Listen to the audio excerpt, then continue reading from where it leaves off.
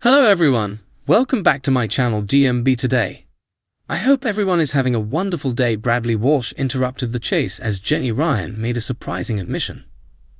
Bradley Walsh brought the chase to a sudden halt as Jenny Ryan's confession left him baffled.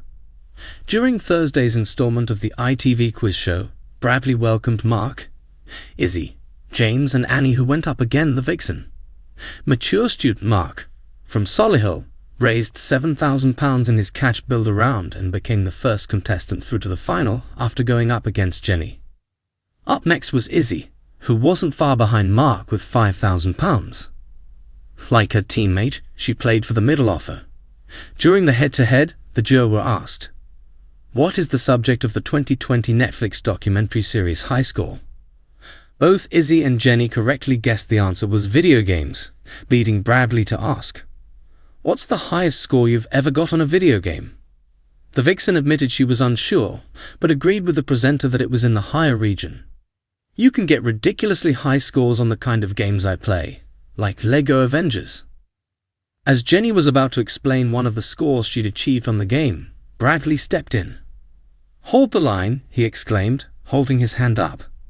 "Did you just say Lego Adventures?" After Jenny clarified what the game was, Bradley took a huge swipe at his co-star. "What about the ones that adults play?" he asked, sparking laughter from Jenny. "What about things like Minecraft and Fortnite? Aren't they adult ones?" The vixen hit back.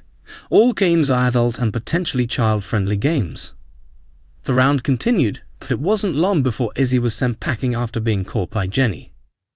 Secondary school teacher James raised £4,000 in his opening round before opting for the high offer of £40,000. Despite his best efforts, he was also caught by the chaser.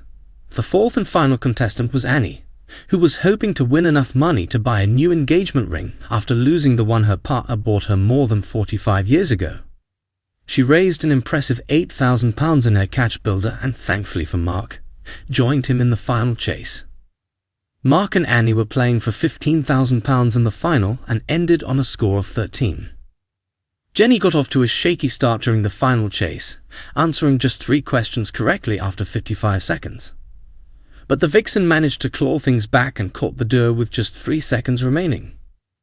At the end of the game, Jenny said, "I have astonished myself that I managed to catch you. As you saw, I struggled to build a rhythm." The studio buzzed with anticipation.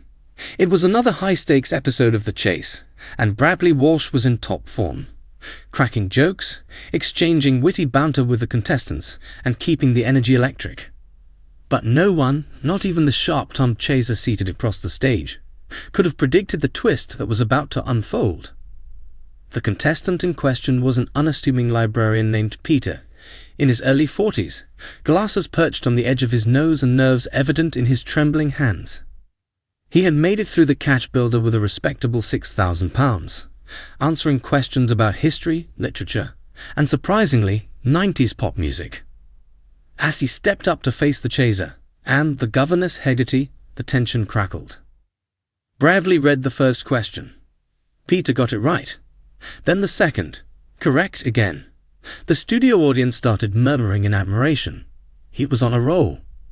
But it was just after the third question, when Peter selected his answer confidently, that he suddenly froze.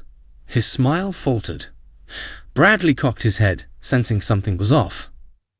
"You all right, mate?" he asked casually, holding the question card mid-air. Peter cleared his throat. "Actually, Bradley, there's something I need to say." Patton raised a curious eyebrow. The audience fell into an eerie hush. I shouldn't even be here," Peter stammered. Bradley blinked. "Sorry, what do you mean?" "I'm not really a librarian," he confessed, stepping back from the podium. "I lied on the application. In fact, I've been banned from 5 quiz shows already." The crew gasped. Anne's eyes narrowed. Bradley lowered his cue cards. "What do you mean banned?" he asked cautiously, now fully focused. "I used to be part of a professional trivia circuit. I memorized hundreds of thousands of questions. I was disqualified once for having a hidden earpiece. I've been trying to redeem myself. But," Peter sighed, I couldn't resist applying here under a fake job title. I just wanted one fair shot. The audience was silent. Cameras zoomed in on Bradley's stunned face. "You're saying you cheated?" he asked slowly. "Not here," Peter said earnestly. "Not today. Everything I answered was me, honestly. But I shouldn't be eligible to compete. I like to get on, and I can't go on knowing that." For a moment, Bradley just stared. Then, breaking protocol, he waved toward the crew. "Cut the feed. Stop the clock." Gasps erupted. Anne removed her glasses, visibly taken aback. "I've hosted this show for years," Bradley said quietly, walking toward Peter.